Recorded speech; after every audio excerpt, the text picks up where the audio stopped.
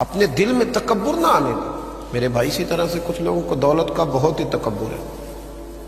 دولت کا بہت ہی تکبر ہے۔ میاں صاحب نے کہا تھا دانش مندہ دا کم نہیں، دل دولت نہ لانا، اس بوٹی تے کئی خامن کیتے تو جو کیتا سو کھانا۔ یہ تو کبھی اس کے پاس ہوتی ہے کبھی اس کے پاس ہوتی ہے۔ میرے نبی کریم علیہ وآلہ وسلم نے ارشاد فرمایا جس نے دولت کا پیچھا کیا اس نے تو اپنی دین کو نقصان پہنچایا،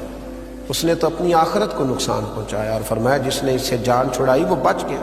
آپ دیکھیں کس قدر زیادہ لوگ وقت دیتے ہیں، دولت کا تکبر کتنا زیادہ آ جاتا ہے۔ پھر انسان لوگوں کے گھروں میں جا کے تلاش کرتا پھرتا ہے کہ یہ کپڑے کہاں سے خریدیں، یہ جوتے تو تم نے بڑے نکمے رکھے ہوئے، تمہارے گھر میں تو ایک جیسے برتن ہی نہیں ملتے، یہ فلاں چیز تو تم میرے ساتھ چلتے تو میں تمہیں بتاتا وہاں سے بڑی سستی اور خستی ملتی۔ لوگ پریشان کرتے ہیں، تکلیف دیتے ہیں، اذیت میں مبتلا کرتے ہیں، دولت کا تکبر اوڑھ کر آتے ہیں، تو پھر ہر چیز کو دنیا کی عینک سے دیکھتے ہیں۔ ایسے بیسیوں غریب میں نے آنکھوں سے دیکھے ہیں، غریب آنکھوں سے دیکھے ہیں، وہ ایسے غریب ہیں کہ ان کے پاس صرف دولت ہے، اس کے علاوہ کوئی چیز موجود نہیں، فقط دولت ہے اور کچھ بھی موجود نہیں۔ فقط دولت کی بات کرنا۔ حضرت ام ربیہ ایک خاتون گزری ہیں، بڑی نیک اور پرہیزگار تھی، اللہ سے بہت ڈرنے والی تھی۔ ان سے کسی نے کہا زندگی میں انقلاب کیسے آیا؟ تو کہنے لگی میرے والد نے، میں ایک معزز اور شریف خاندان سے تعلق رکھتی تھی تو میرے باپ نے میرا نکاح کر دیا۔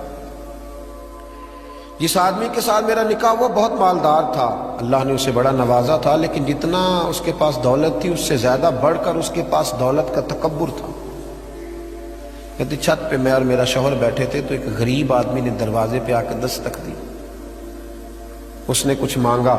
تو میرے شوہر نے کہا خو کہ لوگ کس قدر پریشان کرتے ہیں، کھانے کے وقت بھی آ جاتے ہیں، سونے کے ڈانٹ دو اس کو۔ فرماتی ہے جب میں باہر نکلی نا اس کی میں نے حالت دیکھی تو مجھے ترس آیا، اس کے ہونٹوں پہ جمی ہوئی خشکی نے بتایا کہ پتہ نہیں بیچارے نے کب سے روٹی کھائی،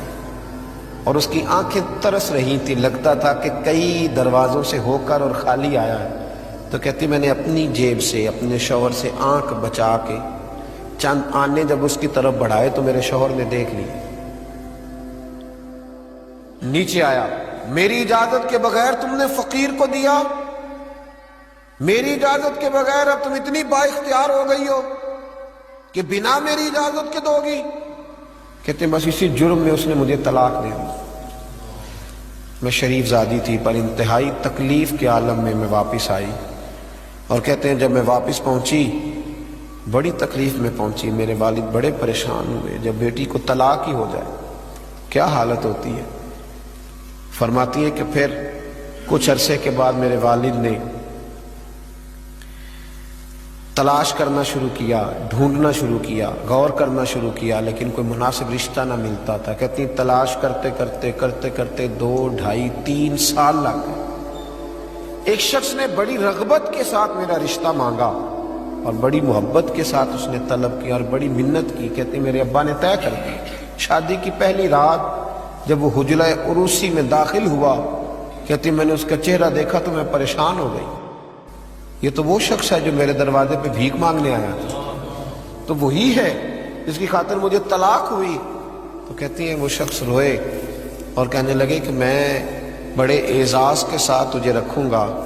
مجھے جب خبر ملی کہ میری وجہ سے تمہیں طلاق ہوئی تو میں نے اپنے رب کریم کی بارگاہ میں بڑی دعائیں مانگی، بڑی محنتیں کی، بڑی جد و جہد کی، پھر میں نے کچھ مال کمایا، اس قابل ہوا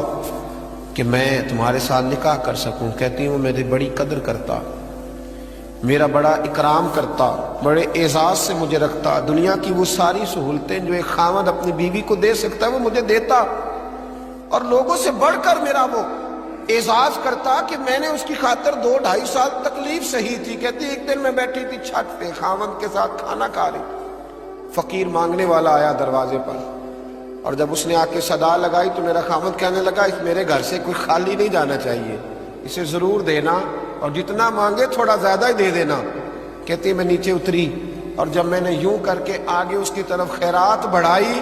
اس نے بھی کاسا کشکول آگے بڑھایا اور میری نظر پڑی تو میں دھڑام سے چیخ مار کے گری،